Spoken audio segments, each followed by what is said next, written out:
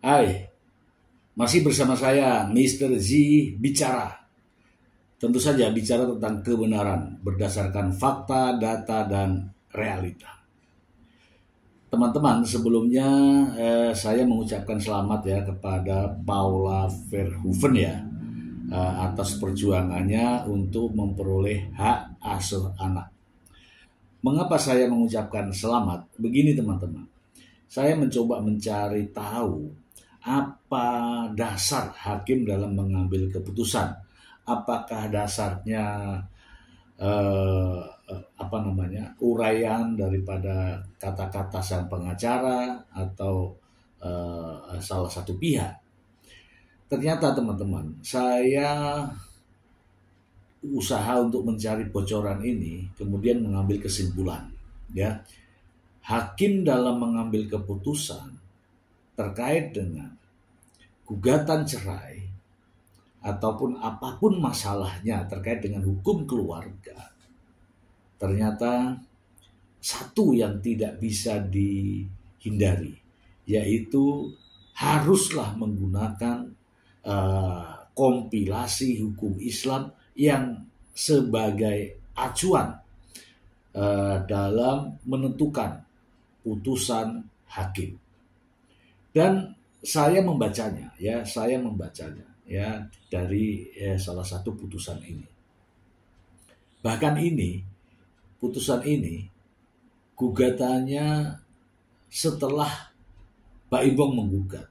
Artinya ini belakangan mengajukan gugatan namun sudah diputuskan. Dan bisa menjadi referensi saya untuk menganalisa kira-kira apa dasar hakim dalam mengambil keputusan. Ternyata teman-teman tidak jauh dari dugaan kita semua, yaitu tetap akan menggunakan kompilasi hukum Islam. Itulah mengapa saya mengucapkan selamat kepada Paula Verhoeven apabila kompilasi hukum Islam yang menjadi dasar dalam mengambil keputusan oleh hakim di Pengadilan Agama Jakarta Selatan, maka Paula lah yang berhak mendapatkan hak asuh anak. Supaya tidak mengundang fitnah teman-teman, mari kita simak bunyi daripada putusan pengadilan terkait dengan gugatan cerai berikut ini. Jadi ini ya teman-teman ya, saya mencoba untuk mencari apa sih dasar hakim ya dalam mengambil keputusan gugatan cerai di Pengadilan Agama Jakarta Selatan. Ini Pengadilan Agama Jakarta Selatan ya teman-teman ya. Ini saya melihat ada sebuah ya putusan terkait dengan gugatan perceraian di Pengadilan Agama Jakarta Selatan ya. Nantinya pun dari Paula Verhoeven akan seperti ini ya, antara penggugat ya, ada penggugat dan juga ada tergugat. Dan secara keseluruhan akan diuraikan ya dalam duduk perkara ini ya teman-teman ya. Duduk perkara ini akan diuraikan seperti apa perkara yang diajukan atau didalilkan ya. Akan diceritakan semuanya ya teman-teman ya, semuanya ya. Ini juga permasalahan hak asuh anak ya teman-teman. Ini hak asuh anak di sini. Kemudian dalam pembuktian juga akan diuraikan apa yang terjadi. Demikian juga terhadap kasus yang sedang dijalani Paula Verhoeven dan juga Mbak Imbong akan diuraikan, semuanya akan diuraikan. Di sini saya menilai bahwa ada kemiripan terkait dengan apa yang dialami oleh Paula Verhoeven ya teman-teman ya. semua akan diuraikan. Ini ada kurang lebih 94 halaman ya teman-teman ya, 94 halaman. Semuanya ini ya, termasuk adanya bahwa Undang-Undang Perkawinan nomor 1 tahun 1974 pasal 34 ayat 1 berbunyi, dan kompilasi hukum Islam pasal 80 ayat 2 yang berbunyi nih, suami wajib melindungi istrinya dan memberikan segala sesuatu keperluan hidup ya dan rumah tangga sesuai dengan kemampuannya. Terus ini ya, itu kompilasi hukum Islam. Tidak ada hal-hal yang lain ya. Kemudian di sini ada, ini lagi disebutkan juga kompilasi hukum Islam pasal 116 berbunyi, perceraian dapat terjadi karena alasan-alasan sebagai berikut: antara suami istri terus-menerus menjadi perselisihan dan pertengkaran dan tidak ada harapan lagi hidup rukun dalam rumah tangga. Ini kompilasi hukum Islam ya teman-teman ya. Kemudian juga ini ada referensinya juga kompilasi hukum Islam teman-teman ya, kompilasi hukum Islam. Ini salah satu contoh, ini pasal 116 huruf F kompilasi hukum Islam, sehingga berdasarkan hukum untuk menyatakan gugatan cerai dikabulkan. Jadi dasar utama dari putusan hakim adalah kompilasi hukum Islam ya teman-teman ya. Ini semua sudah diuraikan ya dalam gugatan, termasuk ini dalam eksepsi juga disampaikan ya, disampaikan ini semuanya disampaikan, termasuk ada ini yang kaitannya dengan SEMA nomor 3 tahun 2023, bahwa berdasarkan ketentuan di atas, gugatan yang penggugat ajukan belum memenuhi syarat pengajuan gugatan cerai karena belum memenuhi ketentuan ya.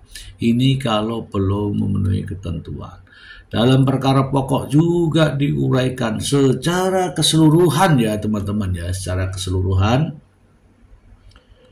Ini ya, apapun ini terkait juga dengan Mbak Imbong dan Paula Verhoeven juga akan diuraikan semacam ini ya teman-teman ya, dan akan di-upload ya tanpa menyebutkan nama ya teman-teman ya.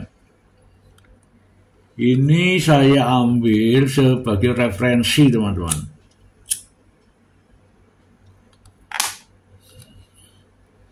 Sebagai referensi, kira-kira nih apa sih yang menjadi dasar hakim dalam mengambil keputusan apapun masalahnya, apapun persoalannya. Hakim akan menggunakan hukum apa, hakim akan menggunakan aturan apa ya teman-teman ya.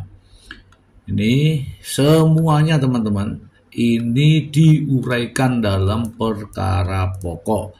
Ya, sidang Mbak Imbong dan Paula Verhoeven tentunya sidang yang memakan waktu begitu lama dengan argumentasi yang begitu panjang, itu pun semua akan diuraikan. Semuanya, ya semuanya. Ini gunanya untuk mengambil sebuah kesimpulan ya. Apa yang terjadi sebenarnya. Ya, Baim mengatakan bahwa istrinya Paula Verhoeven selingkuh. Tertulis di sini teman-teman ya, akan tertulis di sini. Kemudian berselingkuh dengan siapa, terus bagaimana ceritanya, kemudian masuk akal enggak. Kalau bisa dibuktikan silahkan dibuktikan. Inilah yang dimaksud dengan putusan dari hakim ya, akan diuraikan semuanya. Kemudian ada juga bantahan juga akan diuraikan di sini semua teman-teman. Diuraikan, nih ya, diuraikan. Termasuk dengan hak asuh anak pun akan dijadikan pembahasan di sini teman-teman. Ya di sini. Oke ya, ini gugatan cerainya justru ini duluan daripada Mbak Imbong, tapi ini putusannya malah ini belakangan nih, tapi putusannya sudah ada ya. Ini berdasarkan pasal 33 Undang-Undang Perkawinan nomor 1 tahun 1974 bahwa suami istri wajib memberi bantuan lahir dan batin kepada satu kepada yang lain. Yang satu kepada yang lain, ya kan? Huruf 4A, yaitu tujuan perkawinan adalah membentuk keluarga yang bahagia dan kekal. Untuk itu suami istri perlu saling melengkapi. Ya, itu dasarnya dari Undang-Undang Perkawinan. Dan seterusnya ini banyak sekali teman-teman. Jadi sengaja saya membuka ini untuk mencari-cari ya kira-kira apa sih dasar hakim dalam mengambil keputusan. Kalau uraiannya teman-teman, uraiannya ini semua yang disampaikan kepada hakim oleh penggugat dan tergugat akan ditulis di sini teman-teman ya. Akan ditulis di sini. Misalnya ini contoh ya. Di mana sesuai dengan pasal 33 Undang-Undang Perkawinan nomor 1 tahun 1974 bahwa suami istri wajib memberi bantuan lahir dan batin yang satu kepada yang lain, dan penjelasan angka 4 huruf A yaitu tujuan perkawinan adalah membentuk keluarga yang bahagia dan kekal. Untuk itu suami istri perlu saling membantu dan melengkapi. Demikian terus disampaikan. Ya. Lantas apa sih yang menjadi dasar putusan ya? Kita langsung saja ya teman-teman ya, agar kita juga tidak salah-salah dalam menilai sesuatu putusan yang dibacakan oleh hakim ya teman-teman ya. Ini masih panjang teman-teman, saya langsung saja ke pokoknya ya teman-teman ya. Di sini nih ya, ini ya. Ini sudah pada menimbang dan seterusnya, menimbang dan seterusnya, menimbang dan seterusnya. Jadi semuanya pakai menimbang dan seterusnya, akhirnya mengadili. Nah ini di sini teman-teman. Dalam eksepsi menolak bla bla bla, menolak bla bla bla ya, ini ya. Mengabulkan gugatan dan seterusnya ini tank. Kemudian nih menetapkan anak yang bernama anak berada di bawah hadanah pengasuhan penggugat selaku ibu kandungnya teman-teman. Ibu kandungnya artinya anak ini masih di bawah umur ya teman-teman. Apa sih dasarnya teman-teman? Nih dasarnya saya akan membacakan di atas ya, di atas yaitu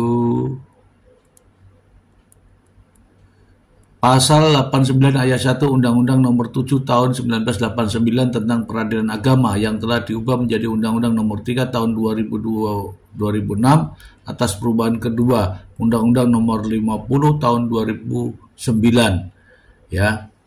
Terus saya cari lagi apa sih sebenarnya dasarnya.